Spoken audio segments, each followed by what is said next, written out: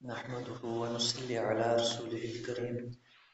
أما بعد، قال الله تبارك وتعالى: وإذ قال موسى لقومه يا قوم اذكروا نعمة الله عليكم إذ جعل فيكم أنبياء وجعلكم ملوكا وآتاكم ما لم يؤت أحدا من العالمين. صدق الله العظيم. یہ حضرت موسیٰ علیہ السلام کا خطاب ہے اپنی قوم سے، اور یہ وقت وہ ہے جب ان کی قوم صحرائے سینا میں پہنچ چکی تھی، بحر کلثم عبور کر کے، اور اللہ تعالیٰ نے اب ان کو اپنے کیے ہوئے وعدے کو پورا کرنے کا جو ہے یاد کرایا، مقصد بتایا کہ تم مصر سے کس لیے نکلے تھے، لہٰذا فرمایا کہ اب تم داخل ہو جاؤ یہ جو تمہارے آباء و اجداد کی سرزمین ہے، کنعان کی، فلسطین کی. تو جو ہے یہ اللہ کا وعدہ ہے کہ جب تم اس سرزمین میں داخل ہوگے اور اللہ تعالیٰ وہ تمہیں عطا فرما دے گا. تو یہ موسیٰ علیہ السلام قوم سے خطاب کر کے بتا رہے ہیں. وَإِذْ قَالَ مُوسَىٰ لِقَوْمِهِ، موسیٰ علیہ السلام اپنی قوم سے فرمانے لگے. یہ سورۃ المائدہ آیت نمبر 20. یا قوم اذکروا نعمت اللہ علیکم. پہلے موسیٰ علیہ السلام اپنی قوم کو اللہ کی نعمتیں یاد کراتے ہیں.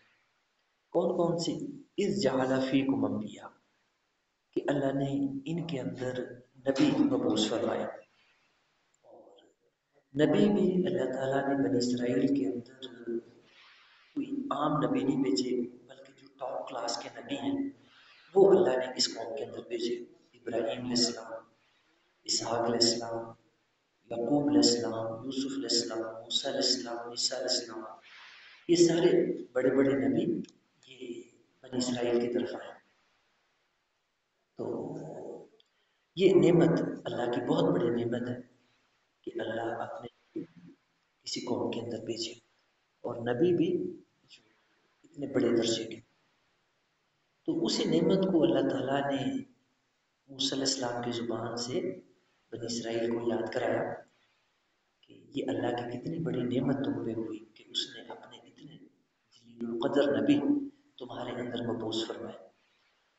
وَجَعَلَكُم مُلُوكًا، اور اس نے تم کو بادشاہ بنایا، ملوک بنایا، تمہیں بادشاہوں جیسی زندگی عطا فرمائی.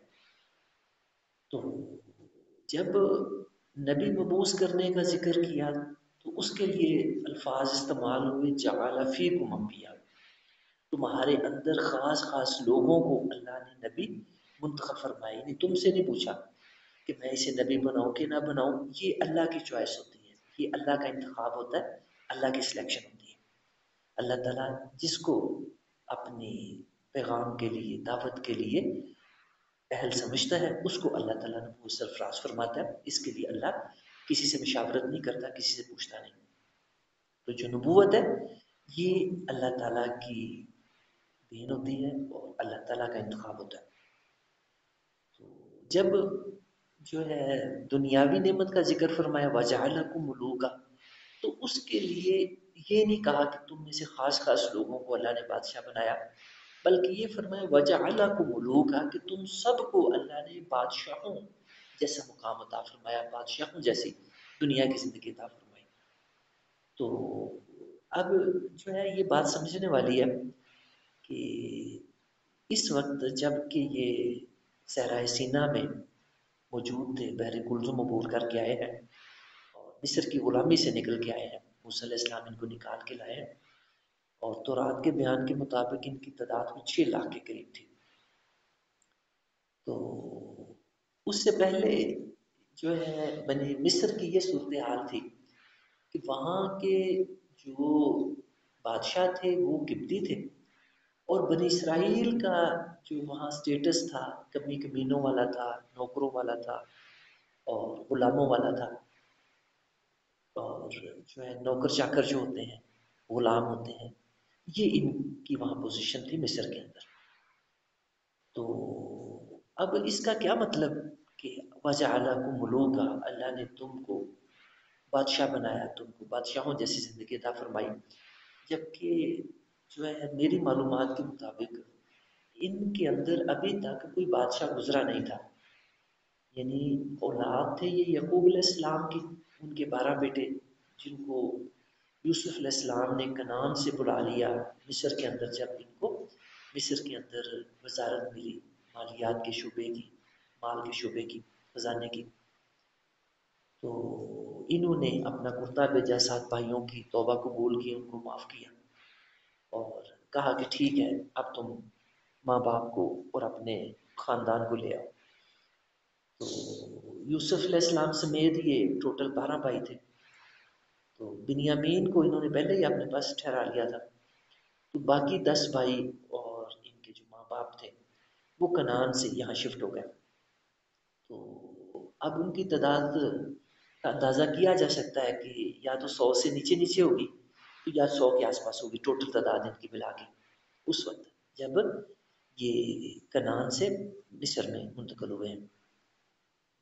تو اب اس کے بعد یوسف علیہ السلام کو بڑی اچھی پوزیشن ملی ہوئی تھی مصر کے اندر، نبی بھی تھے اللہ کے، اور وزیر بھی تھے، اور مشیر بھی تھے بادشاہ کے، اور معتمد خاص بھی تھے بادشاہ کے، اور ان کی حیثیت ایسی تھی کہ بادشاہ بھی ان کا گرویدہ تھا، ان کا مرید تھا، اور اس سے سمجھا جا سکتا ہے کہ یوسف علیہ السلام کو مصر کے اندر کیا مقام حاصل تھا۔ تو کوئی بھی اہم معاملہ ہوتا تو وہ یوسف علیہ السلام سے مشورہ کر کے وہ معاملہ کرتے، تو اتنا بڑا اللہ نے ان کو وہاں مرتبہ تھا۔ اب انہی کی وساطت سے جو ان کے خاندان والے بھائی، ان کے والدین وہاں تشریف لائے، تو ان کو بھی یوسف علیہ السلام سے جو ہے رشتہ داری کی وجہ سے، قرابت کی وجہ سے، ان کو بھی بڑا عزت کا مقام ملا مصر کے اندر، یعنی جس طرح یوسف علیہ السلام کی عزت ہوتی تھی ان کو ہر طرف سے سلوٹ ہوتے تھے، تو یہی حال ان کے رشتہ داروں کا بھی تھا، یوسف علیہ السلام کی نسبت سے ان کے واسطے سے ان کی بھی بڑی عزت تھی۔ تو جو مجھے یہی لگ رہا ہے کہ یہاں جو اللہ تعالیٰ نے ان سب بنی اسرائیل کو کہا کہ تم کو اللہ نے بادشاہ بنایا، بادشاہوں جیسی زندگی تمہیں عطا فرمائی، وہ یہی مراد ہے، ورنہ جو ہے بادشاہ جو بنتا ہے وہ تو ایک بندہ بنتا ہے جب کہیں کا بننا ہوتا ہے، تو یہ ان سب کو اللہ کہہ رہا ہے کہ تم سب کو بادشاہ بنایا، تو اس سے یہی مراد سمجھ آ رہی ہے کہ ان کو وہاں جو اتنی عزت کا مقام ملا، اور پورے مصر کے اندر ان کو پیروں والا مقام حاصل تھا، اور جس شعبے میں جہاں جو چاہتے یہ جو ہے وہاں آزادی سے آ جا سکتے تھے، اور جو ہے نہ ان کو قبطی قوم کچھ کہتی تھی، نہ کوئی اور وہاں کا رہنے والا ان کو جو ہے کوئی تنگ کر سکتا تھا، یعنی اتنی عزت والا اور اتنی منزلت والا مقام ان کو ملا ہوا تھا۔ تو ویسے جو ہے نا کوئی سمجھ نہیں آتی کہ یوسف علیہ السلام سے لے کر موسیٰ علیہ السلام تک ان کو کوئی خطہ زمین حکومت کا مل گیا ہو، یا ان کو جو ہے کوئی مطلب ان کی سلطنت قائم ہو گئی ہو، بادشاہت کہیں قائم ہو گئی ہو، ایسا جو ہے میرے علم میں نہیں ہے، نہ مطلب تاریخ کے اندر کچھ ایسا آتا ہے، اور نہ ہی کوئی تفسیر کی کتابوں کے اندر آتا ہے۔ ویسے عام کتابیں اور عام تفسیریں ادھر ادھر کی قصے کہانیاں بیان کرتے رہتے ہیں، لیکن میری مراد ہے کہ جو اتھینٹک چیز ہے، جو ثابت شدہ چیز ہے، وہ نہیں ملتی، تو اس لحاظ سے پھر یہی اس کا مطلب سامنے آتا ہے۔ وَآتَاكُم مَا لَمْ يُؤْتِ أَحَدًا مِّنَ الْعَالَمِينَ، اور اللہ تعالیٰ نے تمہیں وہ نعمت عطا فرمائی جو دنیا جہان میں اللہ نے کسی اور کو نہیں دی۔ اس سے مراد دنیا کی امامت ہے، دنیا کی قیادت ہے، دنیا کی سیادت ہے، اور دنیا کی رہنمائی کا منصب ہے، شہادت علی الناس، جو پہلے ان کو اللہ کی شریعت کے حامل ہونے کی وجہ سے یہ منصب اللہ کی طرف سے دیا گیا تھا۔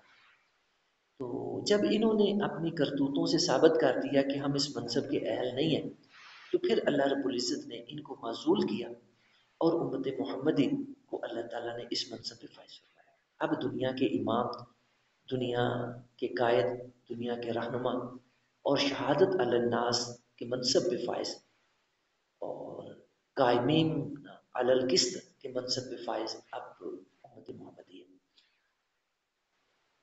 یا قوم ادخلوا الارض المقدسۃ التي كتب اللہ لكم، اے میری قوم داخل ہو جاؤ مقدس سرزمین میں جو اللہ نے تمہارے لیے لکھ دی ہے۔ کتبہ جو ہے، جب اللہ تعالیٰ یہ لفظ استعمال کرتا ہے تو اس کا درجہ فرض سے بھی اوپر ہوتا ہے، فرض سے بھی بڑا درجہ اس کا ہوتا ہے۔ ایک ہوتا ہے کسی چیز کو فرض کر دینا، اور ایک اللہ کہتا ہے کہ میں نے اس چیز کو جو ہے کتابت کر دی، اس چیز کی لکھ دیا، اس چیز کو، یہ فرض سے بھی بڑا درجہ ہوتا ہے۔ تو اے میری قوم، یہ اسی موسیٰ علیہ السلام کے خطاب کا حصہ ہے یہ آیت مبارکہ بھی۔ پہلے تو 3 نعمتیں انہوں نے بتائی، بنی اسرائیل کو یاد کرائی کہ یہ 3 بڑی نعمتیں جو اللہ نے تمہارے اوپر کی، ان کو یاد کرو۔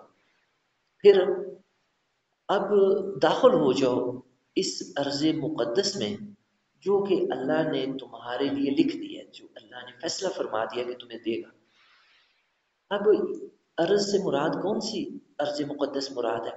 اس سے مراد وہی کنعان اور فلسطین کی سرزمین ہے۔ اس کو اللہ نے مقدس کیوں کہا؟ اس کی وجہ یہ سامنے آتی ہے کہ وہاں پہ اللہ کے جو جلیل القدر نبی تھے، ابراہیم علیہ السلام، اسحاق علیہ السلام اور اسماعیل علیہ السلام بھی مطلب جو ہے اسی سرزمین میں پیدا ہوئے تھے جو نبی علیہ السلام کے جد امجد تھے۔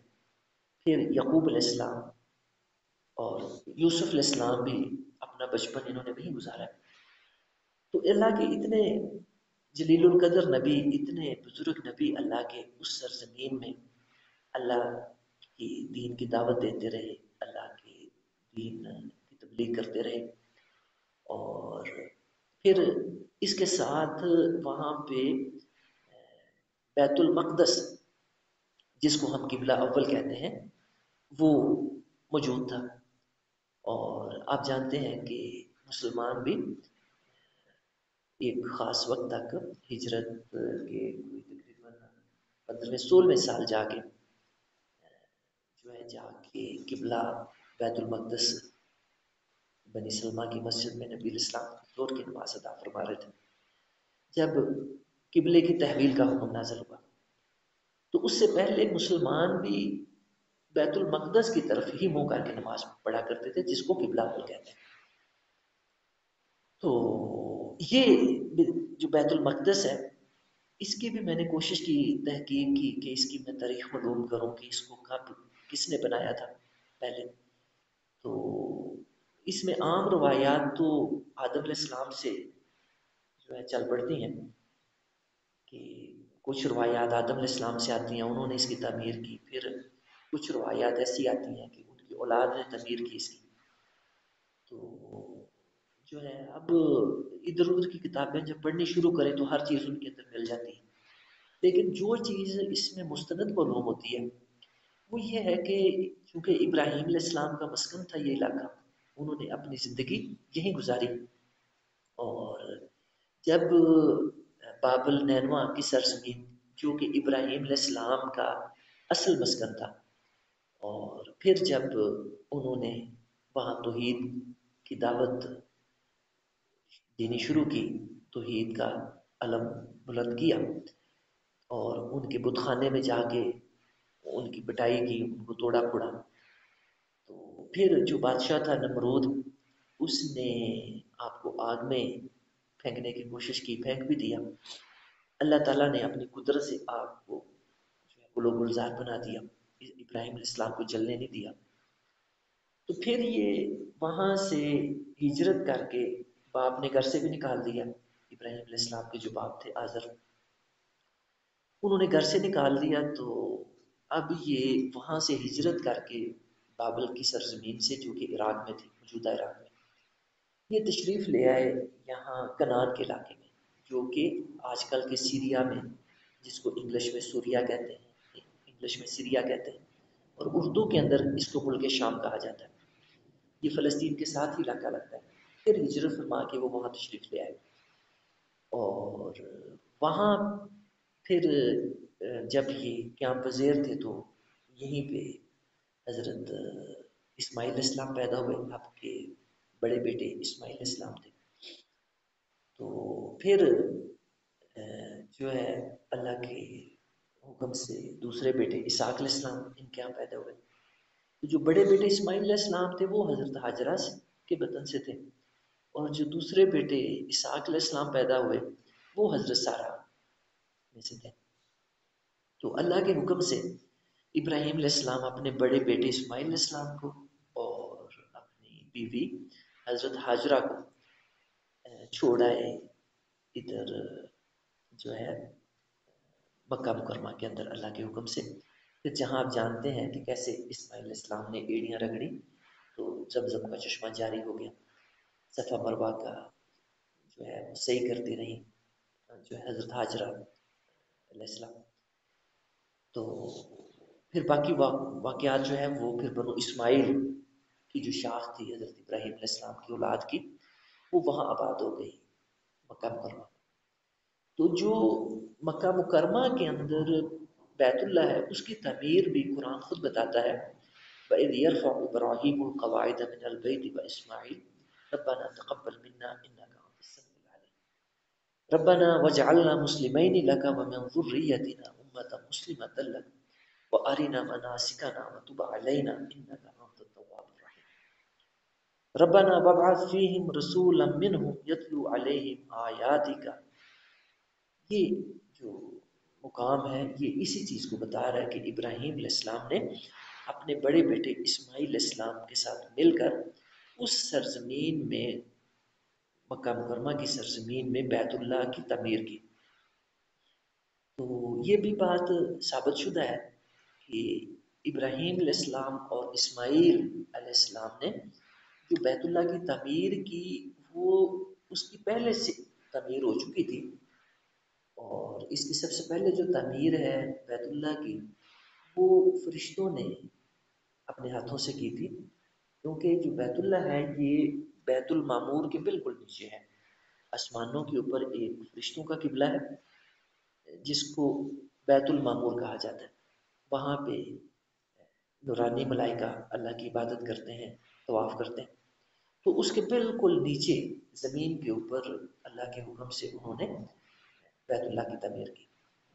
پھر ابراہیم اور اسماعیل جو ہے علیہ السلام کو اللہ تعالیٰ نے حکم دیا کہ اسی بنیاد پہ جن بنیادوں پہ فرشتوں نے اس کی تعمیر پہلے کی تھی، انہی بنیادوں پہ اللہ کے اس گھر کی تعمیر اثر نو اٹھائی۔ تو انہوں نے پھر اللہ کے اس گھر کو انہی بنیادوں پہ تعمیر کیا۔ اسی وجہ سے جب ہم جاتے ہیں بیت اللہ میں جاتے ہیں تو وہاں ایک مقام ابراہیم ہے جہاں ایک شیشے کے اندر پتھر رکھا ہوا ہے اور اس کے اندر ایک پیر کا نشان پڑا ہوا ہے پتھر کے اوپر، وہ ابراہیم علیہ السلام کا ہی پیر ہے جس پتھر پہ کھڑے ہو کے آپ نے بیت اللہ کی تعمیر کی تھی۔ تو اب ابراہیم علیہ السلام اور اسماعیل علیہ السلام نے بیت اللہ کی تعمیر اپنے ہاتھوں سے کی۔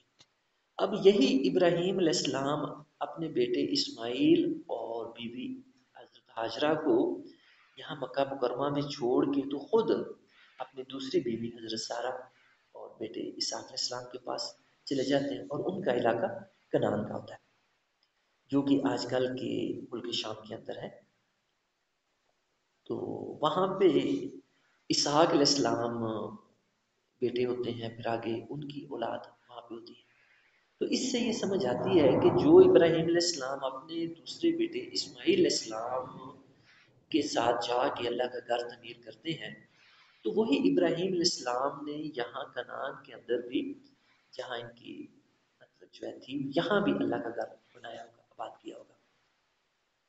تو جو بیت المقدس ہے اس کے بارے میں جو مطلب ثابت شدہ ہے ان بیان کے مطابق یہ ہے کہ حضرت داؤد علیہ السلام، حضرت سلیمان علیہ السلام جو کہ پیغمبر بھی تھے اور بادشاہ بھی تھے بنی اسرائیل کے اندر، اور یہ طالوت کی لڑائی کے بعد جب طالوت بادشاہ مقرر کیا حضرت یوشع بن نون نے ان کی ڈیمانڈ پہ، بنی اسرائیل کی ڈیمانڈ پہ، تو ان کی قیادت میں پھر جو ہے جب انہوں نے لڑائی کی مقامی جو امالکا کی قوم تھی ان سے فلسطین، تو فتح اللہ نے دی ان کو، اور جو ہے پھر اس کے بعد طالوت ان کے بادشاہ رہے جب تک وہ حیات رہے. پھر اس کے بعد ان کے داماد تھے حضرت داؤد علیہ السلام، یہ پھر بادشاہ بنے. اس کے بعد ان کے بیٹے حضرت سلیمان علیہ السلام بادشاہ بنے، جو کہ پیغمبر بھی تھے بادشاہ بھی تھے، دونوں باپ بیٹے. تو ان کی ہاتھوں سے جو بیت المقدس کی تعمیر ہے یہ تو ثابت ہے. اور پھر جو بنی اسرائیل تھے وہ بھی اپنی نمازوں کا رخ جو ہے ادھر ہی بیت المقدس کی طرف ہی منہ کر کے اپنی نماز ادا کرتے تھے، جو بھی اپنی عبادت کرتے تھے. تو پھر جب تک تحویل قبلہ کا حکم نہیں آیا اس وقت تک مسلمان بھی اپنی نمازیں بیت المقدس کی طرف منہ کر کے ہی پڑھتے تھے. تو یہ وجوہات تھیں کہ اللہ تعالیٰ نے اس سرزمین کو مقدس کہا، کنعان کی فلسطین کی سرزمین کو، کہ اللہ کے اتنے جلیل القدر اتنے برگزیدہ نبی اس سرزمین میں اللہ کی عبادت کرتے رہے، اللہ کے دین کی دعوت دیتے رہے. اور پھر اللہ کے گھر جو بیت المقدس ہے وہ بھی وہیں پہ اسی سرزمین میں. تو ان وجوہات سے وہ سرزمین جو ہے وہ مقدس کہلاتی ہے. تو اللہ تعالیٰ نے وعدہ فرمایا تھا بنی اسرائیل سے جب ان کو مصر سے نکالا تھا کہ میں تمہیں تمہارے جو آباء و اجداد کی سرزمین ہے کنعان کی فلسطین کی، میں وہ تمہیں عطا کروں گا، تمہیں اس کا مالک بناؤں گا اور جو ہے تمہیں وارث بناؤں گا اس سرزمین کا. وَلَا تَرْتَدُّوا عَلَىٰ أَدْبَارِكُمْ فَتَنقَلِبُوا خَاسِرِينَ. اور دیکھو تم اللہ سے اس کیے ہوئے معاہدے سے پھرنا نہ، اللہ کے حکم سے سرتابی نہ کرنا، ورنہ خسارہ اٹھانے والوں میں سے کچھ ہوں گے. یعنی یہ دوسرا جو تصویر کا رخ تھا وہ بھی واضح کر دیا گیا ان کے لیے کہ اگر تم نے اللہ کی تابع داری نہ کی، اللہ کے حکموں پہ اس کی روح کے مطابق عمل نہ کیا، تو پھر خسارہ تمہارے مقدروں میں آئے گا، پھر تمہیں کامیابی نہیں ملے گی. قالوا یا موسیٰ ان فیہا قوما جبارین. اچھا یہ بتانے سے پہلے میں تھوڑی سی وضاحت کر دوں کہ جب اللہ تعالیٰ نے موسیٰ علیہ السلام کو حکم دیا کہ اب اپنی قوم کو کہیں کہ یہ اب فلسطین پہ حملہ کرے اور جو ہے وہاں جب یہ حملہ کریں گے تو اللہ ان کو کامیابی دے گا اور یہ اس سرزمین کے وارث بنے، اس سرزمین کے مالک اللہ ان کو بنائے گا. تو اب جو ہے حالات کا جائزہ لینے کے لیے تورات کے بیان کے مطابق 12 سردار جو سمجھدار لوگ ہوتے ہیں ان کے 12 قبیلوں میں سے ان کو منتخب کیا جاتا ہے اور ان کو بھیجا جاتا ہے اس دشمن کی قوم کا جائزہ لینے کے لیے کہ اندازہ کریں کہ ان کا ملک کیسا ہے، ان کے حالات کیسے ہیں، قوم کیسی ہے، ان کے کیا وسائل ہیں اور تو یہ 12 لوگ جاتے ہیں اور جا کے 40 دن تک یہ تورات کا بیان ہے وہاں پہ جائزہ لیتے ہیں، سروے کرتے ہیں اس علاقے کا، اور واپس آ کے تو جو یہ رپورٹ دیتے ہیں وہاں کی خوشحالی اور وہاں کی جو نعمتیں ہیں ان کا تو سارے متفق ہیں، یہ سارے بڑی تعریف کرتے ہیں کہ وہاں دودھ اور شہد کی نہریں بہتی ہیں، بڑا پیارا علاقہ ہے، بہت اچھا علاقہ ہے، بڑی اللہ کی نعمتیں اس علاقے میں، بڑا زرخیز علاقہ ہے. لیکن جو وہاں کے لوگ ہیں ان کے بارے میں ان 12 میں سے جو 10 لوگ ہیں وہ ایسی تصویر کھینچتے ہیں کہ وہ تو بڑے قداور لوگ ہیں اور بڑے جو ہے وہ طاقتور ہیں اور بڑے تگڑے لوگ ہیں اور جبار کا لفظ استعمال کرتے ہیں. تو رات کے اندر بھی یہی لفظ جبار کا استعمال ہوا ہے مالکہ کی قوم کے لیے. اور قرآن نے بھی یہ جو آیت مبارکہ 22 ہے سورۃ المائدہ کی اس میں یہی لفظ اس قوم کے لیے استعمال کیا جو مقامی قوم تھی. تو کہنے لگے قالوا یا موسیٰ ان فیہا قوما جبارین، کہ اے موسیٰ وہاں تو بڑے بڑے جابر لوگ رہتے ہیں، بڑے طاقتور، بڑے تگڑے. اور جبار جو ہے نا یہ عربی میں کھجور کے تنے کو کہتے ہیں اور جو اس سے اندازہ کیا جا سکتا ہے کہ اس قوم کے جو قد کاٹ ہوں گے جسم جس سے ہوں گے وہ کتنے بڑے ہوں گے، جن کو جبار تورات نے بھی کہا ہے، قرآن بھی ان کو جبار کہا ہے۔ تو کہنے لگے کہ اے موسیٰ وہاں تو اتنے اتنے جبار لوگ رہنے والے ہیں، اتنے تگڑے طاقتور لوگ ہیں وہ، وَإِنَّا لَن نَدْخُلَهَا، ہم تو وہاں نہیں جانے والے، ہم تو کبھی نہیں داخل ہوں گے ایسے علاقے میں جہاں اتنے طاقتور لوگ ہمارے دشمن ہوں، حَتَّى يَخْرُجُوا مِنْهَا، یہاں تک کہ وہ وہاں سے نکلیں، وہ وہاں سے جب نکل جائیں گے، خالی کر دیں گے علاقے کو، فَإِن يَخْرُجُوا مِنْهَا فَإِنَّا دَاخِلُونَ، تو پھر ہم داخل ہو جائیں گے۔ تو اب یہ جو 10 لوگ تھے ان 12 میں سے جو گئے تھے سروے کرنے کے لیے اس علاقے کا، 10 لوگوں کی تو یہ ان کی قوم کے بارے میں رائے تھی، انہوں نے آگے خوب ڈرایا ان کو کہ وہ بڑے لڑائی والے، بڑے تگڑے، بڑے طاقتور لوگ ہیں۔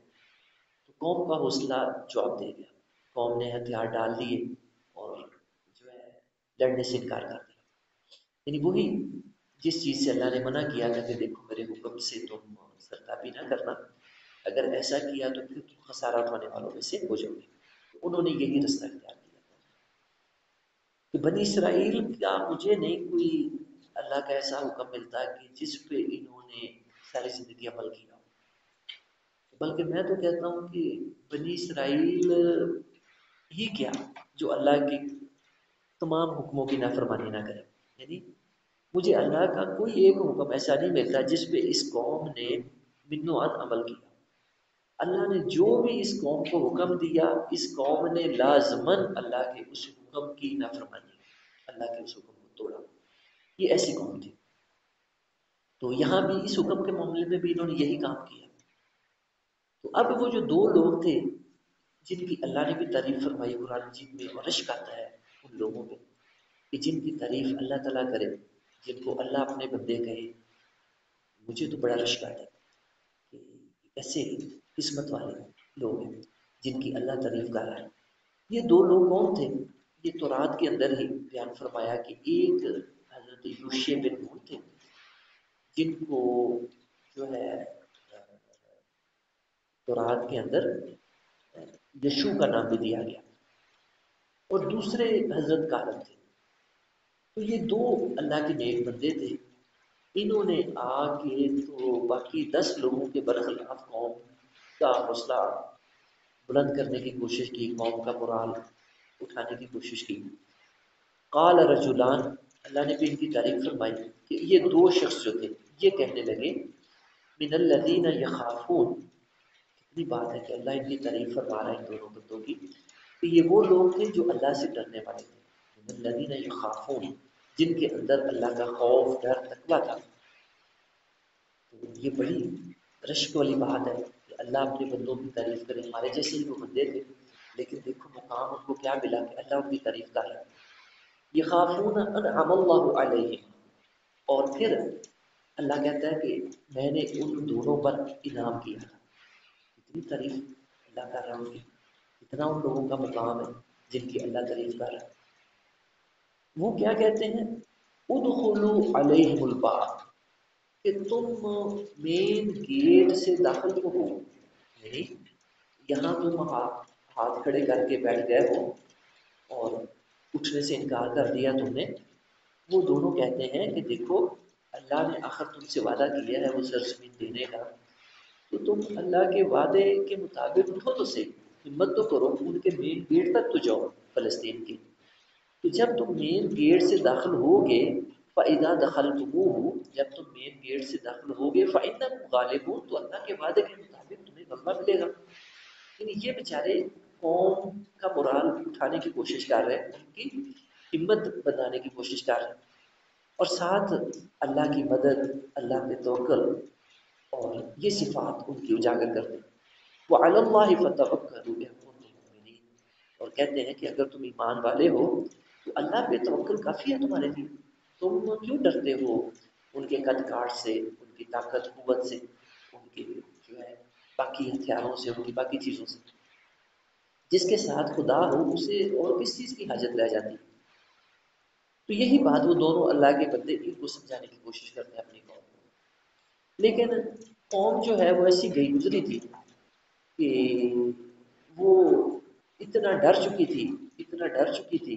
قالوا، موسیٰ علیہ السلام کو جواب دینے لگے، یا موسیٰ، اے موسیٰ، انا لن ندخلها، ہم ہرگز نہیں داخل ہوں گے وہاں پہ. انا لن ندخلها، ہرگز نہیں داخل ہوں گے اس سرزمین میں، ابداً کبھی بھی، ما داموا فیہا، جب تک کہ مالکہ کے لوگ وہاں موجود ہیں. فَاذْهَبْ أَنْتَ وَرَبُّكَ، جاؤ تو اور تیرا رب، فقاتلا، تم دونوں ان سے قتال کرو، جہاد کرو، لڑائی کرو. اِنَّا هَاهُنَا قَاعِدُونَ، ہم تو یہاں بیٹھے ہیں دھرنے والے، ہم تو یہاں دھرنا دے کے یہیں بیٹھے ہیں، ہم نہیں جانے والے، ہم نہیں لڑنے والے مجھے. تم اور تمہارا رب جا کے دونوں لڑو. جب فتح ہو جائے تو پھر ہمیں بتا دیجیے گا کہ اب ہم نے سرزمین خالی کرا لی ہے، اب تم آ جاؤ، پھر ہم آ جائیں گے.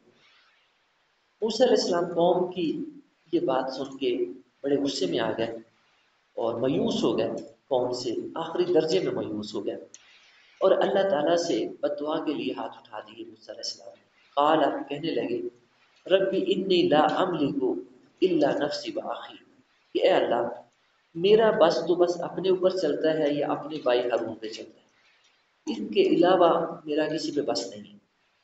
ففرق بیننا و بین القوم الفاسقین، میں اس قوم سے، فاسق قوم سے مایوس ہو چکا ہوں، لہٰذا تو مجھے ان کی سربراہی سے اور جو ہے ان کی قیادت سے مجھے ہٹا دے، مجھے تو فارغ کر دے، میں اب ان کی قیادت نہیں کر سکتا، ان کی سربراہی میں نہیں کر سکتا.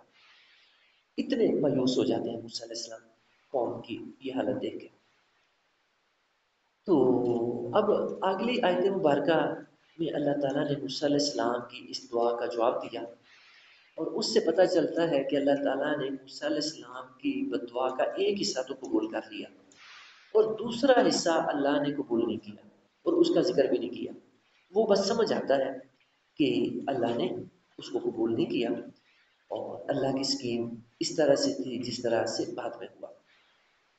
اللہ نے جواب دیا، قال فإنها محرمۃ علیہم، کہ یہ سرزمین ان کے لیے حرام کر دی گئی ہے، 40 سنہ، 40 سال کے لیے، یعنی 40 سال تک. اب میں نے، اللہ کہتا ہے کہ حرام کر دیا ہے ان پہ کہ یہ اب اس سرزمین میں داخل ہی نہیں ہو سکے، ان کی نافرمانی کی وجہ سے یہ سزا اللہ نے دی. یعنی موسیٰ علیہ السلام کی بد دعا کا یہ حصہ تو قبول ہو گیا. اللہ نے اس موسیٰ علیہ السلام نے اور صاحب سے بد دعا مانگی، اور اللہ تعالیٰ نے اپنے حساب سے اس کو قبول کیا. کہ بندے کو جو ہے پوری بات کی سمجھ نہیں ہوتی، پورے حالات کا پتہ نہیں ہوتا، بندے کی علم بھی ناقص ہے، بندے کی عقل بھی ناقص ہے، لیکن جو اللہ کا علم بھی کامل ہے، اللہ کی عقل بھی کامل ہے، اور اللہ تعالیٰ کے پاس ماضی، حال، مستقبل ہر چیز کا پورا پورا علم ہے. تو اللہ تعالیٰ اپنے کامل علم کی بنیاد پہ فیصلے فرماتا ہے. تو اس سے بڑی سمجھ آتی ہے کہ جو آج مطلب ہم بھی اللہ سے دعائیں کرتے ہیں اور ہمیں لگتا ہے کہ ہماری دعا اس طرح سے قبول نہیں ہوئی جس طرح کی ہونی چاہیے تھی یا جس طرح سے ہم نے مانگی تھی.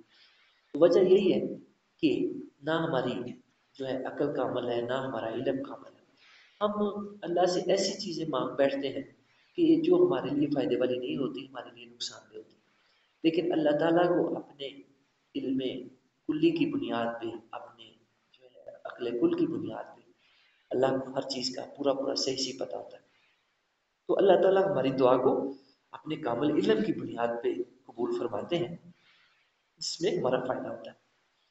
تو اس وجہ سے اللہ کی رضا پہ ہمیں راضی رہنا چاہیے، اور دعا کرنے میں جو ہے کمی نہیں کرنی چاہیے، دعا کرنے میں سستی نہیں کرنی چاہیے. اللہ سے دعا جتنی کر سکتے ہیں، جس قدر کر سکتے ہیں کریں. الدعاء هو العبادہ، الدعاء مخ العبادہ، کہ ہمارے دین میں دعا کو عبادت کہا گیا، عین عبادت کہا گیا. جس طرح نماز، روزہ، حج، زکوٰۃ یہ ساری عبادات ہیں، اسی طرح دعا کو بھی عبادت کہا گیا.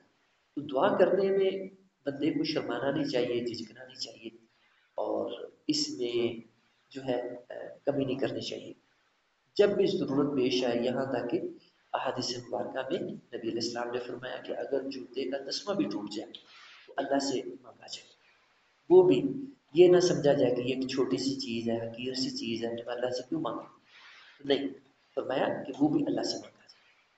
یعنی بندے کو ہر چیز کا حاجت روا، ہر چیز کا دینے والا، ہر حاجت کو پورا کرنے والا، ہر خواہش کو پورا کرنے والا، ہر ضرورت کو پورا کرنے والا، بس اللہ تعالیٰ کو انسان سمجھے۔ اور جب بھی کوئی ضرورت پیش آئے، چھوٹی ہو بڑی ہو، اللہ کے آگے ہاتھ اٹھا دے، بالکل اس میں جھجکنا نہیں چاہیے، اس میں دیر نہیں کرنی چاہیے۔ اور یہ بھی ساتھ یقین ہو کہ اللہ اپنے بندے کی دعا کو رد نہیں کرتا، اللہ تعالیٰ بندے کی ہر دعا ضرور قبول کرتا ہے، لیکن بات یہی کہ اللہ تعالیٰ جو ہے دعا کو اپنے حساب سے قبول کرتا ہے اور بندہ اپنے حساب سے مانتا ہے۔ اور یہ مثال یہاں پہ بڑی اچھی سمجھی جا سکتی ہے کہ موسیٰ علیہ السلام جیسے برگزیدہ نبی، جن کو اللہ سے ہم کلام ہونے کا شرف حاصل ہوا، اور اتنے اللہ کے قریبی نبی، وہ دعا اپنے حساب سے مانگ رہے ہیں اور اللہ تعالیٰ اپنے حساب سے قبول کر رہے ہیں۔ یعنی یہ ایک بہت اہم مقام ہے دعا کرنے اور دعا کی قبولیت کو سمجھنے کے حوالے سے، یہ بہت پیارا مقام ہے۔ فرمایا کہ یہ تو چیز ٹھیک ہے، انہوں نے نافرمانی کی تو میں اب ان کو سزا دوں گا کہ 40 سال تک یہ اب اسی وادی طے کے اندر یہ جو ہے بھٹکتے پھریں گے اور دھکے کھاتے پھریں گے یہاں پہ ان کی نافرمانی کی سزا کے طور پر۔ تو جب یہ ساری 40 سالوں کے بعد یہ بالغ نسل ساری ختم ہو جائے گی، فنا ہو جائے گی، یہاں ہلاک ہو جائے گی، مر جائے گی، تو پھر جو اس وقت نابالغ نسل ہے بنی اسرائیل کی، یہ بالغ ہوگی، تو پھر میں ان کو وہ سرزمین جس کا میں نے وعدہ کیا ہے دوں گا، لیکن ان نافرمانوں کو نہیں دوں گا۔ وہی ہوا، یتیہون فی الارض، یہ اس صحرائے سینا کے اندر، وادی طے کے اندر 40 سال تک یہ دھکے کھاتے رہے، وہاں سر مارتے رہے، بھٹکتے رہے۔ اور موسیٰ علیہ السلام بھی اسی سرزمین میں اللہ کو پیارے ہو گئے، ہارون علیہ السلام بھی فوت ہو گئے، اور پھر اس کے بعد وہی جو ایک سردار جن کی اللہ نے پیچھے تعریف فرمائی تھی اور جو جائزہ لینے کے لیے گئے تھے فلسطین کی سرزمین کا، حضرت یوشع بن نون رضی اللہ عنہ، ان کو اللہ تعالیٰ نے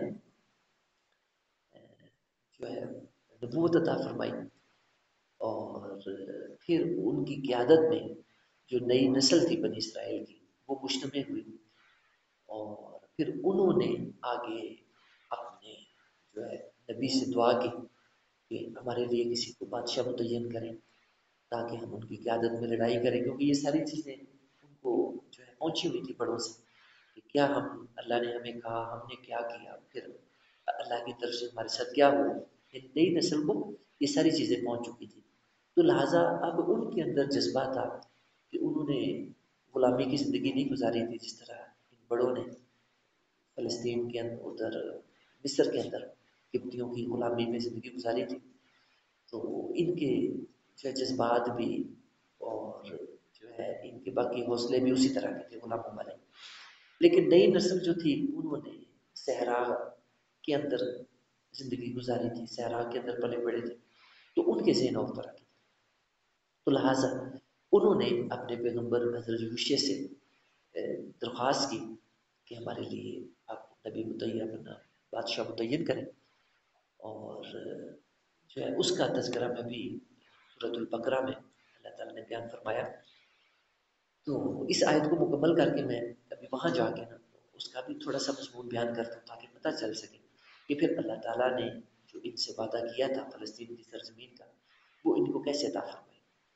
اچھا، یہاں بتایا کہ یتیہون فی الارض، یہ 40 سال تک اسی سرزمین میں بھٹکتے رہیں گے، فلا تأس علی القوم الفاسقین، تو ایسے فاسق لوگوں پر آپ افسوس نہ کریں، کیونکہ انہوں نے جو کرتوتیں کی، جو انہوں نے رستہ اختیار کیا، جو اعمال کیے، ان کو انہیں کی سزا ملی ہے، تو کوئی اللہ کی طرف سے ان پہ زیادتی نہیں ہوئی، کوئی اللہ کی طرف سے ان پہ ظلم نہیں ہوا۔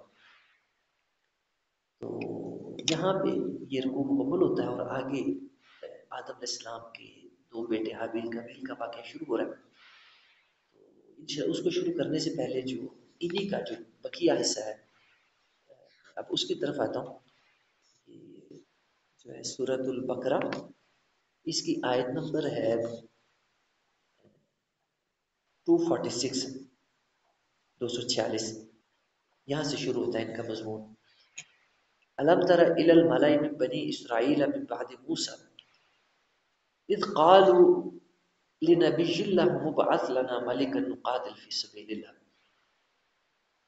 یعنی یہ جو مالا تھے بنی اسرائیل کے جو سردار تھے وہ موسیٰ علیہ السلام کے بعد کا تذکرہ ہے. جس طرح میں نے پہلے ذکر کیا من بعد موسیٰ، موسیٰ علیہ السلام اللہ کو پیارے ہو چکے تھے اسی جو ہے دشت فاران کے اندر. تو ہارون علیہ السلام بھی وفات پا چکے تھے. تو اب یہ نئی نسل تھی بنی اسرائیل کی جو صحرا کے اندر پلی بڑی تھی. تو اب وہ جو تھے اپنے انہوں نے سردار پہلے تو متعین کیے آپس میں سے جو نیک بندے تھے ان کے. تو وہ اپنے نبی سے کہنے لگے اس قال لنبی. نبی کون سے تھے؟ میں نے جس کا پہلے بتایا کہ وہ تھے حضرت یوشع بن نون جو موسیٰ علیہ السلام کے بعد اللہ نے جن کو مبعوث کیا نبی کے طور پہ ان کی طرف. ان کو کہنے لگے لَهُ مُبْعَثْ لَنَا مَلِكًا نُقَاتِلْ فِي سَبِيلِ اللَّهِ کہ آپ ہمارے لیے ایک بادشاہ متعین کر دیں، کسی کو بادشاہ بنا دیں ہم میں سے، نقاتل فی سبیل اللہ تاکہ اس کی قیادت میں ہم قتال کریں، جہاد کریں اللہ کی راہ میں. اب اللہ کے نبی کہتے ہیں قال هل عصیتم، ایسا تو نہیں ہوگا کتب علیکم القتال کہ اللہ قتال تم پہ فرض کرے، اللہ تو قاتل اور تم قتال کرنے سے انکار کر دو. کیونکہ ان کو پتہ تھا اس قوم کی جو ہے نیچر کا، اس کی فطرت کا پتہ تھا کہ یہ قوم اللہ کے کسی حکم پہ عمل نہیں کرتی. جو بھی اللہ ان کو حکم دیتا ہے یہ لازماً نافرمانی کرتی اللہ کے ہر حکم کی. تو اب تو ڈیمانڈ کر رہے تھے، مطالبہ کر رہے تھے کہ جو ہے ہمارے لیے بادشاہ متعین کریں. اللہ کے نبی کو کہہ رہے تھے تاکہ ہم ان کی قیادت میں قتال کریں، لڑائی کریں، جہاد کریں. تو ان کو پہلے ہی اندازہ تھا کہ اس قوم کی کیا نیچر رہی ہے، کیا فطرت رہی ہے. تو انہوں نے پہلے ہی یہ چیز پوچھ لی کہ دیکھو ایسا تو نہیں کہ اللہ تم پہ قتال فرض کر دے اور تم پھر بھاگ کھڑے ہو انکار کر دو کہ نہیں جی ہم نے نہیں اب لڑنا.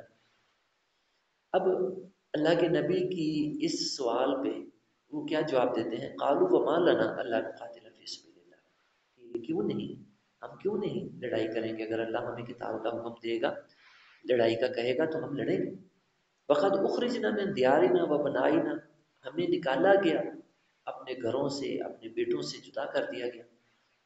یعنی یہ ہمارے ساتھ زیادتی ہو چکی ہے تو ہم بے گھر ہیں، کوئی آسرا نہیں، ٹھکانہ نہیں، کیوں نہیں لڑیں. فلما كتب عليهم القتال تولوا الا قليلا منهم والله عليم بالظالمين. اللہ تعالیٰ نے فرمایا کہ جب میں نے قتال فرض کیا ان پہ تو وہ سارے کے سارے پھر گئے. یعنی وہی خدشہ جس کا اللہ کے نبی نے بھی اظہار کیا تھا کہ ایسا نہ ہو کہ اللہ تم پہ قتال فرض کرے اور پھر تم انکار کر دو. وہی ہوا، اللہ نے جب قتال فرض کیا ان کی ڈیمانڈ میں تو وہ سارے کے سارے پھر گئے الا قلیلا منهم، صرف چند لوگ تھے جو کہ قائم رہے اللہ کے حکم میں. وقال لهم نبيهم ان الله قد بعث لكم طالوت ملكا. اب یہ تو ان کا رویہ بتانے کے بعد اب تفصیل آ گئی. پہلے تو اللہ نے بتا دیا کہ اوورآل کیا ہوا، اب تفصیل بتائی جا رہی ہے کہ ان کے مطالبے پہ اللہ کے نبی یوشع بن نون علیہ السلام نے ان کے لیے طالوت کو بادشاہ مقرر کیا. تو اب طالوت کو بادشاہ مقرر کیا تو اس پہ بھی ان کا اعتراض آ گیا. قالوا ان یکون له الملک علینا، وہ ہمارے اوپر بادشاہ کیسے بن سکتے ہیں. ونحن احق بالملک من، اس سے زیادہ تو ہم قابل ہیں، ہمارے اندر زیادہ صلاحیت ہے بادشاہ بننے کی. ولم یؤت سعۃ من المال، اور اعتراض یہ کیا کہ وہ مالدار نہیں ہے. یعنی طالوت جو تھے وہ عام مطلب جو ہے خاندان سے تھے اور مالدار نہیں تھے. تو یہ ان کا اعتراض آ گیا. ان کے مطابق جو مالدار تھا اس کو بننا چاہیے تھا بادشاہ. قال ان اللہ اصطفاہ علیکم وزادہ بسطۃ فی العلم والجسم.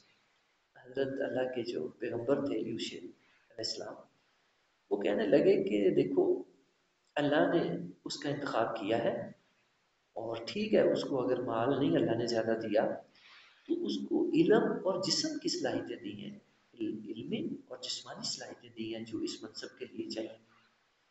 واللہ یؤتی ملکہ من یشاء، اور اللہ اپنا ملک، اپنی بادشاہی، اپنی سلطنت اپنی مشیت کے مطابق جس کو مناسب سمجھتا ہے دیتا ہے۔ واللہ واسع علیم، اللہ وسعت والا، علم والا۔ تو اب اس کے بعد آگے معاملات ہوتے ہیں، اور آخر کار جو ہے یہ مختلف اور اللہ کی نافرمانیاں کرتے ہوئے بس جو ہے یہ نکل پڑتے ہیں لڑائی کے لیے، اور جو ہے یہ لڑ پڑتے ہیں۔ تو جب لڑائی کرتے ہیں تو اللہ تعالیٰ اپنی باتوں کے مطابق ان کی مدد کرتا ہے، اور اللہ کی مدد سے ان کو غلبہ عطا فرماتا ہے اللہ تعالیٰ۔ اور فَحَاسَبُوهُمْ بِإِذْنِ اللَّهِ، یعنی یہ اللہ کی مدد سے اور اللہ کی سپورٹ سے دشمن کو شکست دینے میں یہ کامیاب ہو جاتے ہیں۔ اور وہیں پہ حضرت داؤد علیہ السلام دنیا کے سامنے جلوہ گر ہوتے ہیں۔ وقتل داود جالوت، جو کہ امالکا کے کمانڈر تھے جالوت، ان کو کوئی اور بنی اسرائیل میں سے نہیں نکل رہا تھا لڑائی کرنے کے لیے، کیونکہ وہ بہت طاقتور تھا، بڑے قد کاٹ والا، اور جو ہے بڑی جو ہے وہ قوت والا تھا۔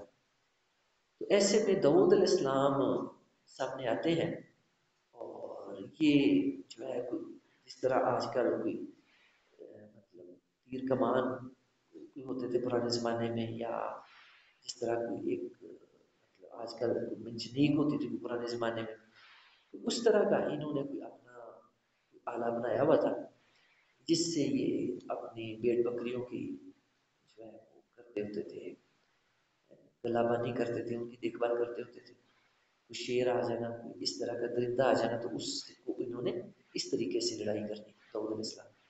تو وہی طریقہ انہوں نے یہاں اختیار کیا میدان جنگ میں، اور جالوت پہ کوئی پتھر یا کوئی ایسی چیز انہوں نے نشانہ لے کے پھینکی، اور وہ وہیں ڈھیر ہو گیا۔ اور سپہ سالار کا مرنا تھا، ختم ہونا تھا، کہ بس جو دشمن قوم تھی اس کے حوصلے پست ہو گئے، اور ان کو اللہ تعالیٰ نے فتح عطا فرمائی بنی اسرائیل کو۔ تو اس طرح سے یہ جو اللہ کا وعدہ تھا جس کے لیے اللہ تعالیٰ نے ان کو مصر کی سرزمین سے نکالا تھا، اس طرح یہ 40 سال کی مدت کے بعد وہ اللہ کا وعدہ پورا ہوا، اور یہ پھر دوبارہ فلسطین کے اندر آباد ہوئے۔ تو جو ہے یہ ان کی کچھ تاریخ تھی جس کا اللہ تعالیٰ نے ان آیات میں ذکر فرمایا۔ اگلا رکوع جو ہے وہ نئے مضمون کے ساتھ شروع ہو رہا ہے، جس میں آدم علیہ السلام کے بیٹوں حابیل اور قابیل کا تذکرہ آ رہا ہے۔ تو انشاءاللہ تعالیٰ یہ اگلی نشست میں کریں گے۔ اللہ تعالیٰ ہمیں دین کو سمجھنے کی، قرآن کو سمجھنے کی توفیق عطا فرمائے۔ وآخر دعوانا الحمد